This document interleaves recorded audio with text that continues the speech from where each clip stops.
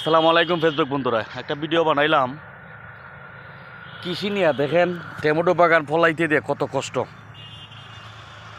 দেখেন বিভিন্ন পোকামাকড় থেকে বাগানটারে টিকাই রাখতে দেয়া, দেখেন কি তামাত খরচ। এই জন্যই টমেটোর কেজি যখন 100 টাকা খাইতে হয় আমাদের। কারণ আমি নিজেও আমার বাড়ির সামনে একটা বাগান দেখছিলাম, যেটা মার দৈরেরা যে পরিশ্রম আর যে কষ্ট করতেছে, কষ্টর হারে তার বাগানে টমেটো তেমন ফলে নাই। কিন্তু এই বাগানও দেখলাম টমেটো আসলেই প্রতিটা গাছেই টমেটো 1 কেজি 1.5 কেজি কইরা আছে। ধন্যবাদ দেই আমাদের এই কৃষি ভাইদেরকে।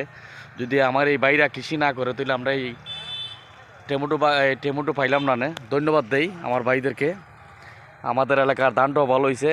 এটা হইলো আমাদের থানার পাশেই, পাইনাচং থানার পাশেই। এই যে আমাদের গাড়ি রোডও তুই মানে বাগানটা দেখতে দূর থেকে দেখলাম অনেক সুন্দর।